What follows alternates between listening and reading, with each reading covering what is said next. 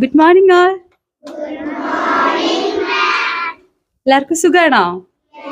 നന്നായിട്ട് പഠിക്കുന്നുണ്ടോ? എല്ലാവരും നന്നായിട്ട് പഠിച്ച് ടോപ്പേഴ്സ് ആവുമോ? ഉറപ്പാണോ? ആണോ? ഞാൻ എന്തിനാ ഇന്ന് വന്നേന്ന് എല്ലാവർക്കും അറിയാവോ? അറിയത്തില്ലേ? മാം പറഞ്ഞു ഇവർക്ക് എല്ലാവർക്കും അറിയാം ഞാൻ എന്തിനാ വന്നേന്ന് അറിയാന്ന് പറഞ്ഞിട്ട്. ആർക്കും അറിയത്തില്ലേ? ആരെങ്കിലും ഒരാൾ പറഞ്ഞേ ഞാൻ എന്തിനാ വന്നേന്ന്.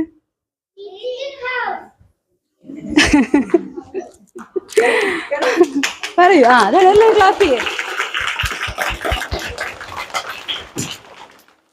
നമ്മളെ ആരെങ്കിലും എന്തെങ്കിലും ചോദിച്ചാൽ അത് ശരിയാണെങ്കിലും തെറ്റാണെങ്കിലും നമുക്ക് പറയാനുള്ള ധൈര്യം വേണം. ഇപ്പൊ കണ്ടാ മോൻ പറഞ്ഞില്ലേ, അതുപോലെ നമ്മുടെ ഉള്ളിൽ ഉണ്ടാവും, ചിലപ്പോ പുറത്തേക്ക് വരില്ല, പറയാനൊരു പേടി ഉണ്ടാവും. അയ്യോ എല്ലാരും കളിയാക്കുവോ, അല്ലെങ്കിൽ നാണാവോ, തെറ്റിപ്പോയ വിഷമാവോ. കേൾക്കാം. അങ്ങനെയൊക്കെ സങ്കടം ഉണ്ടാവും. ഒരിക്കലും നമ്മൾ അങ്ങനെ വിചാരിക്കരുത് കേട്ടോ. ഒരാളൊരു കാര്യം ചോദിച്ചാൽ ധൈര്യമായിട്ട് അങ്ങ് പറയണം. തെറ്റുവാണെങ്കിൽ തെറ്റട്ടെ. ഒരു 3 പ്രാവശ്യം തെറ്റി കഴിയുമ്പോൾ 4-മതോ ശരിയാവും. ഇല്ല ഇപ്പൊ വെറുതെ ഒരു ക്ലാപ്പ് കിട്ടിയത് കേട്ടോ, നമ്മൾ വേറൊരാളാ പറഞ്ഞെങ്കിൽ കിട്ടിയേനെ. അപ്പൊ ഞാനിന്ന് ഇങ്ങോട്ട് വന്നപ്പോൾ എനിക്ക് ഭയങ്കര സന്തോഷം തോന്നി. എന്ത് ഭംഗിയായിട്ട് നമ്മുടെ സ്കൂൾ കോമ്പൗണ്ട് കിടക്കുന്നത്, ശരിയല്ലേ? നല്ല ഭംഗിയായിട്ട് തൂത്ത് ക്ലീൻ ചെയ്ത് ക്ലാസ് റൂമൊക്കെ നല്ലതായിട്ട് ഓർഗനൈസ് ചെയ്തിട്ടിരിക്കുന്നത്. വൈകിട്ടും ഇത് ഇങ്ങനെ തന്നെയാണോ കിടക്കാറ്? അല്ലേ? അല്ലേ?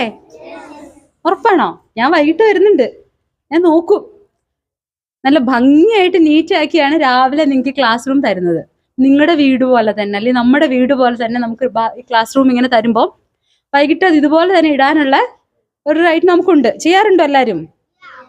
ഞാൻ ഓർക്കണം നമ്മുടെയൊക്കെ സ്കൂൾ എന്ന് പറഞ്ഞു കഴിഞ്ഞാൽ എല്ലാവരും ഇങ്ങനെ ക്ലീൻ ചെയ്തൊക്കെ ഇടുമെങ്കിലും ഇപ്പോൾ ഉള്ള കുട്ടികളുടെ അത്രയും നല്ല കുട്ടികളൊന്നും അല്ലായിരുന്നു ഞങ്ങളെന്ന് തോന്നുന്നു. നമ്മൾ അത്ര ക്ലീൻ ആക്കി ഇടത്തില്ല.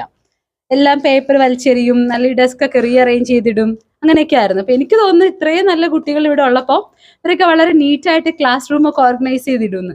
ആണോ മാം? എങ്ങനെയാണ് ഓർഗനൈസ് ചെയ്തിടുവോ? അതാണ് വേണ്ട. മിസ്സുമാർക്കൊക്കെ എന്തിരുന്നാണ് നിങ്ങളെ പറ്റി പറയുമ്പോൾ. അപ്പൊ അതുകൊണ്ട് ഞാനൊരു പ്രോബർബ് പറയാം. അതായത് ക്ലെൻലിനെസ് നെക്സ്റ്റ് ടു ബി ഗോഡ്നെസ് എന്ന് പറഞ്ഞാൽ എന്താ? വ്യക്തി ശുചിത്വം അല്ലെങ്കിൽ വൃത്തി എന്ന് പറയുന്നത് ദൈവഭക്തിക്ക് തുല്യമാണെന്നാ പറയുന്നത്. അപ്പൊ ഞാൻ പറയുകയാണ്, ഞങ്ങളുടെ പഴയ കാലത്തെ സ്കൂളുകളൊക്കെ വെച്ച് നോക്കുമ്പോൾ ഇപ്പൊ സ്കൂളുകളിലെ സൗകര്യങ്ങൾ ഒരുപാട് കൂടുതലാണ്. ശരിക്കും നമ്മൾ പറയും സ്കൂൾ ഒരു ദേവാലയം പോലെയാണെന്ന്. അറിയാവോ? ദേവാലയം എന്താ? അമ്പലങ്ങൾ അല്ലെങ്കിൽ പള്ളികൾ, നമ്മൾ പ്രാർത്ഥനാലയങ്ങളെയാണ് ദേവാലയങ്ങൾ എന്ന് പറയുന്നത്. അപ്പൊ പണ്ടൊക്കെ എന്ന് പറഞ്ഞു കഴിഞ്ഞാല് സ്കൂളിൽ പോവുക, വരിക, കളിക്കുക, ഫുഡ് കഴിക്കുക, അതൊക്കെ തന്നെയാണ്. ഇപ്പൊ കുട്ടികൾ എന്ന് പറഞ്ഞ ആക്ടിവിറ്റീസ് സ്കൂളിൽ കൂടുതലാണ്. നല്ലതായിട്ട് പഠിക്കുന്നതിന്റെ കൂടെ നമുക്കുള്ള എക്സ്ട്രാ കരിക്കുലർ ആക്ടിവിറ്റീസ് ഒക്കെ നമ്മൾ കുറച്ചുകൂടി ഡെവലപ്പ്. ഇപ്പൊ നമ്മുടെ സ്കൂളിൽ തന്നെ ആണെങ്കിലും ഇപ്പൊ കഴിഞ്ഞ ദിവസം ഞാൻ കണ്ടു പല മോഡൽസും ഉണ്ടാക്കുന്നത്. 5th സ്റ്റാൻഡേർഡ് ആണെന്ന് തോന്നുന്നു. ബ്രെയിൻ്റെ മോഡലോ അങ്ങനെ എന്തൊക്കെയാണ്. അത് ഏത് ക്ലാസ്സിലെ കുട്ടികളാ? 5th. എന്ത് രസമായിട്ടാണ് ചെയ്യുന്നത്. ഞങ്ങൾക്ക് അങ്ങനെ ഒരു ഓപ്പർച്യൂണിറ്റി ഒന്നും കിട്ടിയിട്ടില്ല.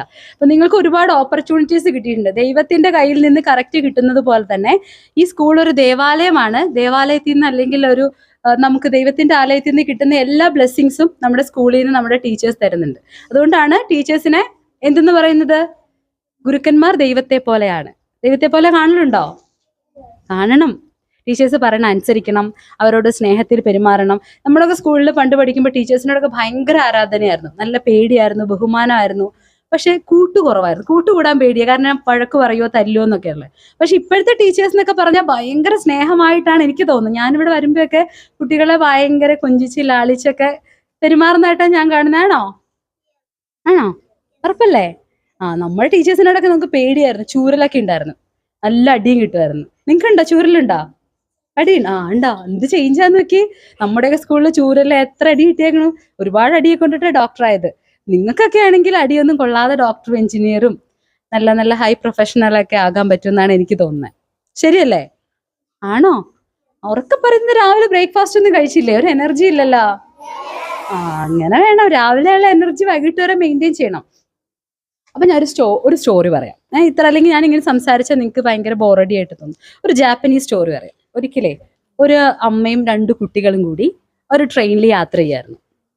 അമ്മയും 2 കുട്ടികളും. അപ്പൊ ട്രെയിനിൽ കയറിയപ്പോൾ ട്രെയിൻ വളരെ ഭംഗിയായിട്ട് തൂത്ത് തുടച്ച് ഇട്ടിരിക്കുന്നു. അപ്പൊ കുട്ടികൾക്ക് ഭയങ്കര സന്തോഷം തോന്നി. അവരവിടെ ഇരുന്ന് കളിച്ചു, ചിരിച്ചു, ഒരുപാട് ദൂരെ യാത്ര ചെയ്തു. അപ്പൊ അതിനിടയ്ക്ക് അമ്മ ഒരു ബിസ്ക്കറ്റ് അവർക്ക് കഴിക്കാൻ കൊടുത്തു. നമുക്കൊക്കെ ബിസ്ക്കറ്റ് ഇഷ്ടമല്ലേ? അതുപോലെ ആ കുട്ടികളും ബിസ്ക്കറ്റ് കഴിച്ചു. ബിസ്ക്കറ്റ് കഴിച്ചിട്ട് എന്ത് ചെയ്തു? തീർന്ന കവറ് ചുരുട്ടി തറയിലിട്ടു. നിങ്ങളും ചെയ്യത്തില്ലേ? ചെയ്യും അല്ലേ? ചുരുട്ടി തറയിലിടുവോ? പിന്നെ എന്ത് ചെയ്യും? എവിടെ കളയും? വേസ്റ്റ് ബിന്നിൽ കളയും. പക്ഷെ ഈ കുട്ടികൾ എന്ത് ചെയ്തു? ഈ ബിസ്ക്കറ്റ് കഴിച്ച കവറ് ചുരുട്ടി ട്രെയിനിലിട്ടു. അപ്പൊ അവരുടെ അമ്മ അവരോട് പറഞ്ഞു, മക്കളെ ഇങ്ങനെ ഇട്ട് കഴിഞ്ഞാല്, നമ്മൾ വന്നപ്പോൾ ഈ ട്രെയിൻ വളരെ മനോഹരമായിരുന്നു, നമ്മൾ പറയുകയും ചെയ്തു എന്ത് നീറ്റായിട്ടാണ് ഈ ട്രെയിൻ ഇട്ടിരിക്കുന്നതെന്ന്. അപ്പൊ നമ്മളത് ആസ്വദിച്ച ശേഷം നമ്മുടെ ബിസ്ക്കറ്റിന്റെ കവർ അവിടെ ഇട്ടിട്ട് പോയാൽ അടുത്ത് വരുന്ന ആൾ വിചാരിക്കും ഈ ബിസ്ക്കറ്റ് കവർ ഇവിടെ കിടക്കുന്ന എന്ത് വൃത്തിഹീനമാണ്, ഇത് ആരിട്ടു, അല്ലെങ്കിൽ ഇത് ഇവിടെ ഇടാനുള്ളതാണെന്ന് ചിന്തിക്കും. അപ്പൊ നമ്മൾ അങ്ങനെ ചെയ്തുകൂടാ. നമ്മൾ വേസ്റ്റ് ബിൻ ഉണ്ടെങ്കിൽ വേസ്റ്റ് ബിന്നിൽ ഇടണം, അല്ലെങ്കിൽ അത് മടക്കി നമ്മുടെ ബാഗുകൾ കീപ്പ് ചെയ്യുക. എവിടെയാണോ വേസ്റ്റ് ബിൻ ഉള്ളത് അവിടെ കൊണ്ടുപോയി പ്ലേസ് ചെയ്യണം എന്ന് പറഞ്ഞു. അപ്പൊ അത്രയും നാളും അതിനെപ്പറ്റി ഒരു ബോധറിങ് ഇല്ലാത്ത കുട്ടികൾ അത് ഭയങ്കരമായിട്ട് നോട്ട് ചെയ്തു. അവരെന്ത് ചെയ്തു? അതവിടെ മടക്കി ബാഗിൽ വെച്ച് വേസ്റ്റ് ബിന്നിൽ കൊണ്ടുപോയി കളഞ്ഞു. അത് അവർക്കൊരു മോട്ടിവേഷനായി. അതുപോലെ തന്നെ എൻ്റെ മക്കളും എന്ത് ചെയ്യണം?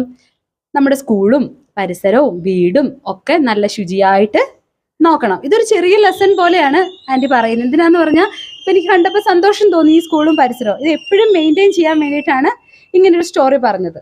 വീട്ടിലൊക്കെ എല്ലാവരും വേസ്റ്റ് ബാസ്ക്കറ്റ് ഒക്കെ കീപ്പ് ചെയ്യലുണ്ടോ? ഉണ്ടോ? ഇല്ലാത്ത ആരെങ്കിലും ഉണ്ടോ? പറമ്പിലൊക്കെ കുപ്പി വലിച്ചെറിയുക ഇങ്ങനെയൊക്കെ ചെയ്യുന്ന? ഇല്ലല്ലേ? എൻ്റെ മക്കൾ നല്ല കുട്ടികളാണ്.